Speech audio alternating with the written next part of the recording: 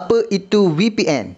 Virtual Private Network. Itu merupakan salah satu teknologi yang diperkenalkan bagi menghubungkan antara satu rangkaian lain dengan lebih selamat. Anda faham? Mungkin ada sedikit kesukaran sebab bunyinya agak teknikal, tapi biasanya ia ni macam satu terowong yang kita bina untuk kita menghubungkan ke satu rangkaian yang lain. Masih susah lagi. Tak apa, anda dengar video ini sampai habis dan insya-Allah mungkin anda boleh tangkap serba sedikit. Pada awal pembangunan VPN dulu, ia dibangunkan bagi membolehkan para pekerja pejabat mengakses aplikasi dan terutamanya internet pejabat walaupun berada di lokasi lain, dan ianya lebih selamat berbanding menggunakan aplikasi-aplikasi lain. Saya sendiri menggunakan VPN untuk kerja pejabat bagi mengakses rangkaian di pejabat dengan menggunakan kita punya internet. Sekarang ni VPN telah pun digunakan oleh individu. Kenapa? Digunakan oleh individu untuk melindungi aktiviti internet anda di rangkaian setempat. Hanya bila kita guna internet tu tidaklah dapat dikesan. Untuk makluman anda, kita punya rangkaian apabila kita gunakan wifi percuma sama ada kat mamak ke restoran McDonald ke, itu sebenarnya tidak selamat sama sekali.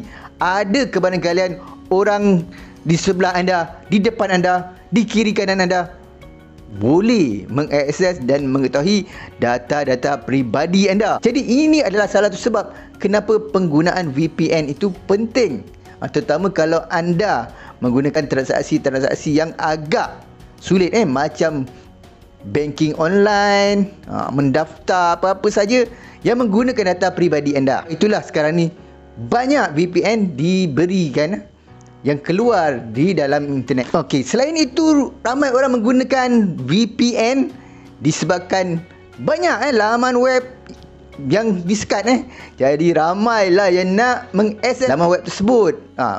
Termasuk juga pengguna-pengguna internet di Malaysia ni. Jadi mereka menggunakan VPN.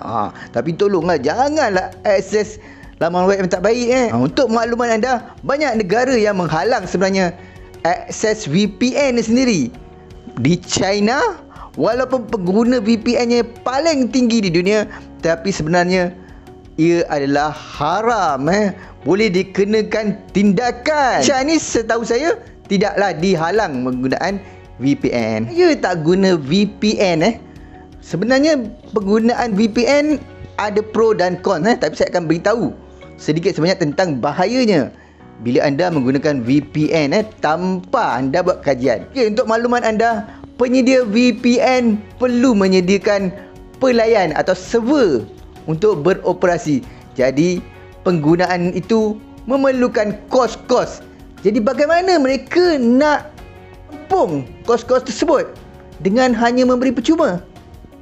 Okey, salah satu caranya adalah mereka akan menjual data anda. Walaupun percuma, sebenarnya ada benda tersembunyi di sebaliknya. Jadi mereka ada anda punya alamat email, ada anda punya alamat IP. Nak pakai juga VPN, disarankan carilah VPN yang berkaliber dan seeloknya yang berbayar. Sebab bila berbayar mereka ada pendaftaran, tapi bila free ni sesiapa saja aktiviti anda dipantau.